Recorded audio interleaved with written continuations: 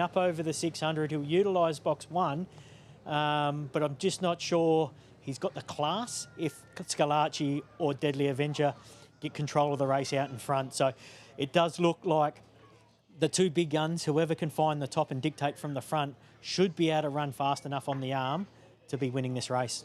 Welcome back to Sky One after we saw a cracking edition of the Group 1 Zoom Top taken out by Lanfranco. Jason Adams here ahead of race 9, the 7th heat of the Australian Cup. You've got Talgi. Certainly do. He's on the other end of the lead to the mighty Scalacci and Telge. We haven't seen him for almost a month. So what have you done with him in preparation for tonight? After the Sandown run where he didn't go too well that night, he sort of hurt himself a bit. We'd give him a couple of weeks off, and then after that I took him down to Murray Bridge and gave him a look around there for the Cup coming up early March. And he's had a couple of nice trials, one at Sandown and then one here on Monday. It's going to be key, the way the maps look to begin well. Is coming in fresh a good thing to be able to do that? Yeah, it is. Hopefully he, being fresh, he can jump a lot better and get to the front early. Good luck, mate. Thanks, mate. There's Telgi with Scalacci. Joe Borg, Deadly Avenger, has just returned to your kennels after a really successful, semi-successful trip to Brisbane. How he's returned, how do you judge him within himself? Oh, he feels real good. Feels real good, and it's a bit unlucky in the final up there, and he's still going to need a bit of luck tonight, but he's freshened up well in 8 days. He's had 8 days off, so we'll see how he goes tonight. Do you need that luck because you're not happy with the draw? Look, he's getting more experience now, so he can handle the outside box. We're not going to complain about box draws, are we? It all comes around. Good luck, mate. That's it. Thank you, Jason. Joe Borg there with Deadly Avenger, guys, and what looks to be a two-dog race on paper, but they're not exactly faultless away, these two. So if they get clear, it's going to be a great battle, but we'll see how it unfolds. Avenger back from a working holiday up in Queensland. Nath on top. Yeah, 6, 4, 7 and 1. I went with him. I think he's got the class. He's raced well here at Group 1 level and against higher quality opposition of recent times. I think he's got the edge in fitness over Scalacci. So Deadly Avenger over the top of Scalacci. He's got a pretty good draw, not a great deal of speed around him. If he can hit the lids and find the fence first, he can really dictate from the front. Fernando Duke in for third, going really well for Kayla Cottrell, and Paul Coulter off box 1, a strong dog to run home. 6, 4, 7 and 1, my numbers. Here's James. Heat 7 of the Australian Cup. Favourites going to bounce out of the 6 alley. That's Deadly Avenger. And they're set to run now. So the green light, race number 9, Heat 7 of the Australian Cup, ready to go. And they're racing, and Deadly Avenger jumped really cleanly. He's going to charge across and lead and hold Sharapova Star, who positions up on his outside. A length and a half to Paul Coulter riding their trail. 4 lengths to Fernando Duke, Paul Quinby. A further 5, Urana Xavier, Scalacci and Paul Ike at the end. Deadly Avenger starts to amp it up, and he drops Sharapova Star. 3 lengths between them now. Then Paul Coulter and Paul Quinby, but Deadly Avenger, he is racing into the semis of the Oz Cup, and he does it in fine, fine style. Deadly Avenger smart at the end by 2 lengths to Paul Coulter. Third, Sharapova Star just gets it over Paul Quinby. Then Fernando Duke with Urana Xavier. Scalacci no luck.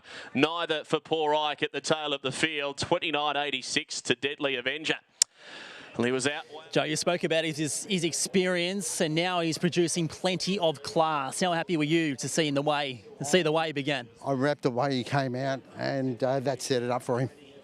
And look, he came back. He had a terrible flight back, and it took a lot of work to get him back up again. When you say terrible, what, delays and things like that? No, not delays. He knocked his water container over. He didn't have any water and bruising over him. He just had a rough flight. So we worked on him hard, and it's paid dividends today, hasn't it?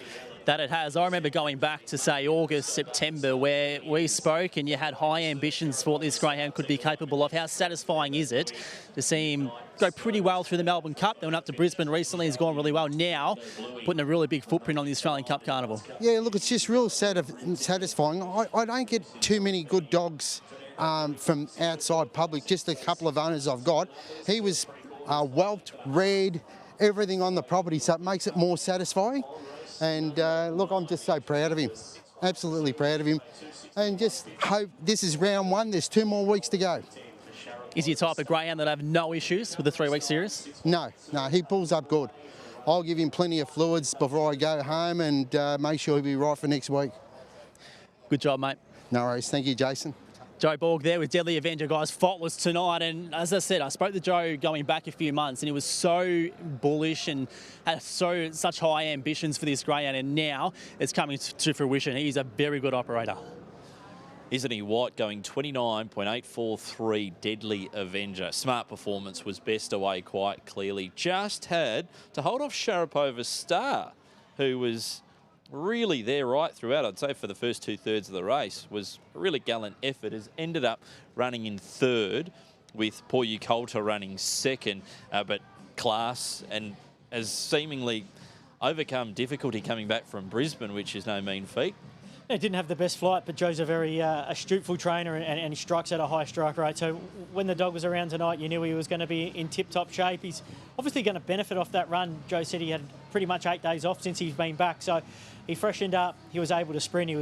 Does his best work here too, Mark. Like he made the maturity not long ago, and he made the Group 1 Gold Bullion, where he was just awfully unlucky. He was just caught in the middle of the pack in that Group 1 last start. So he's really racing at a high level. Joe's got him firing, and he's got a liking to here. He's had 7 starts here now for 5 wins and 1 runners-up effort. He's put time on the board, and considering all the heats we've seen tonight, take Mapungatulli out, that's clearly the second quickest heat, and he's going to arrive massive benefit for that. So he's a major player. He can do it from wide draws. He can do it from closer to the fence. He just needs the right heat, and he was too good tonight. Poyu Coulter, the run-home dog again, another dog that's 600 back to 500 drawn closer to the fence that has worked home well for the Grenfell kennel. It's been a bit of a recipe for success. Not all of them have won, but they've been able to qualify a heap of these dogs next week. And Sharapova Star, we thought was the early speed. She was able to get up there and match motors with Deadly Avenger, but I think class prevailed. She's better suited to the 450, and if she was going to win, she had to dictate from the front. She wasn't able to do so. She finishes third. She qualifies next week, and she'll be one that'll bring a pace factor into next week's semis. Continuing to improve, Deadly Avenger, Poyu Coulter and Sharapova Star through to next week. We are 15 minutes away from the Group 1 Tem Lee. Flying Zulu is now 220. I looked a moment ago, it was 230. Continues to tumble in. We'll be back in a couple of minutes and go through the Group 1 Tem Lee runner by runner.